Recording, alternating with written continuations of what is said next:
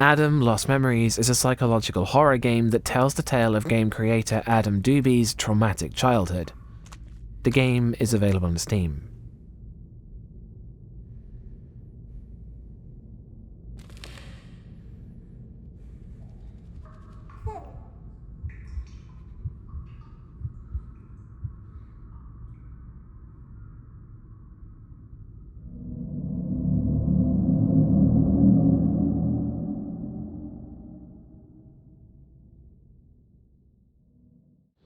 Atmosphere.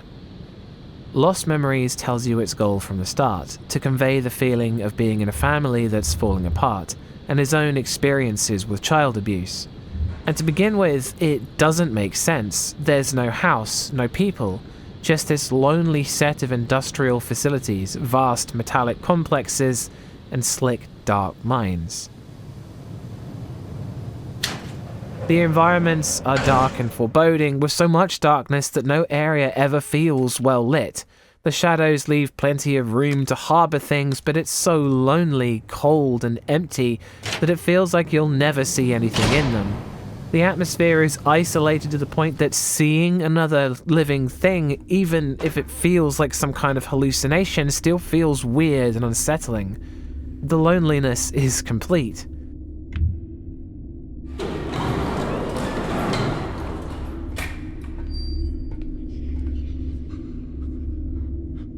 The computers and diary entry messages don't make any sense, and whatever the game is trying to convey to you is sometimes lost in this endless hallway, and sometimes the puzzles become a little tiring considering how relentless they are, but it's not difficult to envision this is how his home felt: an inescapable machine, a prison. That's one Harry Mason.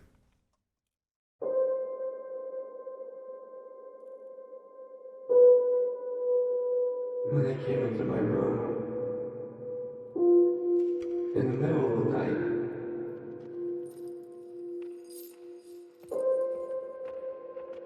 I knew what was going to happen. I cried for help. I yelled as loud as I could, but nothing stopped the pain.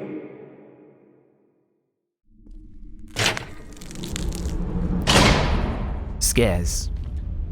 The game's scares come in various scripted events and scenarios that see the protagonist either witnessing something unsettling or being trapped somewhere unpleasant. The game has many moments where it's hard to tell if what you're seeing is real or not, but in the overall scheme of things, it's hard to tell if any of it is really happening. Suddenly walking into a mansion, or seeing a wooden table appear in a metal-dominated environment, or walking up behind a tormented, screaming creature before being teleported back to the cold corridors of wherever you are. They're unsettling to various degrees, with plenty of situations cropping up sporadically throughout the game, with smaller moments happening just in the distance.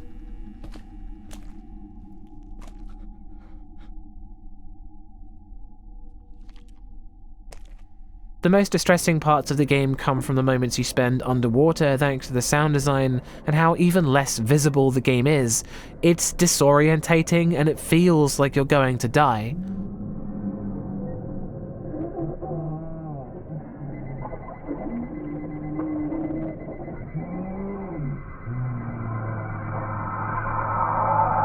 These moments are also very rare, which is the main problem the game suffers from.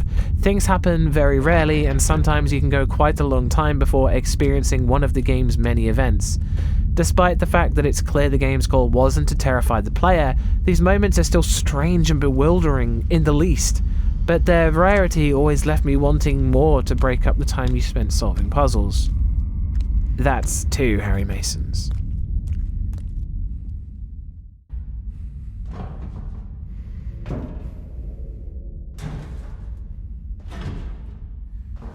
Sound design.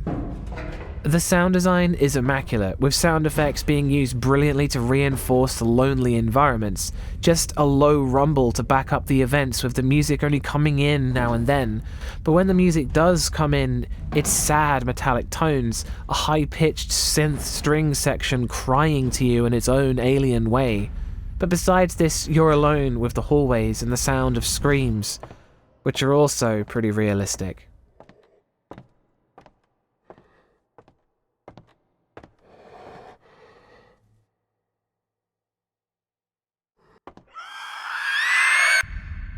It's a really well-constructed sound environment that never once broke immersion, with reverb and directional audio being practically perfect. That's 3 Harry Masons.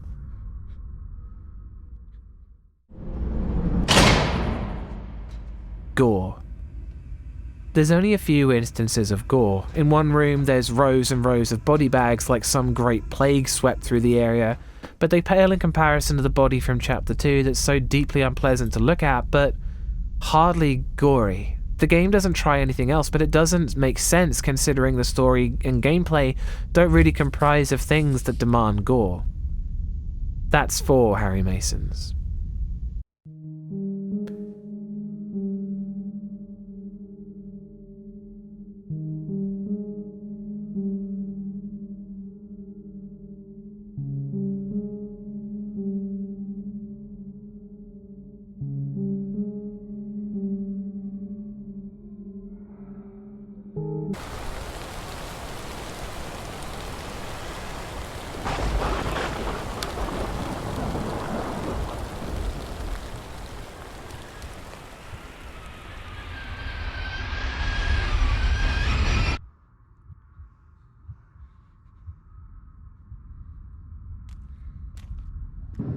There was a book, my only thing I had as a child.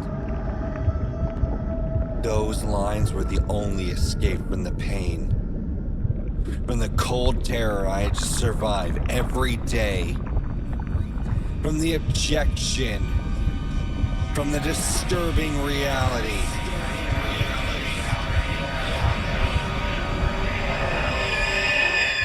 Story. At the start, the intro states plainly that it's about game creator Adam Dubi's feelings as a child as he went through an experience that no one should ever go through, and it's made clear at the end that eventually the torment ended. But for the main bulk of the game, it leaves you alone to dwell on these feelings, showing you strange, artistic interpretations of things that befell Adam or the emotional state he was in at a point in time. A lone toy rabbit sits alone in a dark room surrounded by haunting images of skulls that line the room. A corpse sits lifeless on a crash cart, rotting and left alone in a room with a descriptive text saying, "My corpse." The story can't be spoiled, you know how it ends, but it doesn't make the journey any less unpleasant, though, like a lot of art, it only really means as much to you as you can take away from it. And I feel a great sense of sorrow for the people who can relate to these feelings going in. Despite the game saying very little, it tells a deep and painful story. Making the final score 5 out of 5 Harry Masons. The game was brilliant. As long as you can tolerate its heavy lean into puzzles and loneliness, you'll like it too. Despite it not speaking to me in a way I could relate to, I found the themes in the game upsetting, almost suffocating, like how I imagine it must have felt for him. Again, I'd like to remind you this whole thing is down to my opinion in horror games, and if you don't share this opinion, then that's cool, I get it. I'd like to point out that, whilst I'm glad it's over, I did not give up for Adam's sake and advise you don't either. There will be more horror reviews in the pipeline, and thanks for watching. And always go check out Bumps in the Middle of the Night. Peace.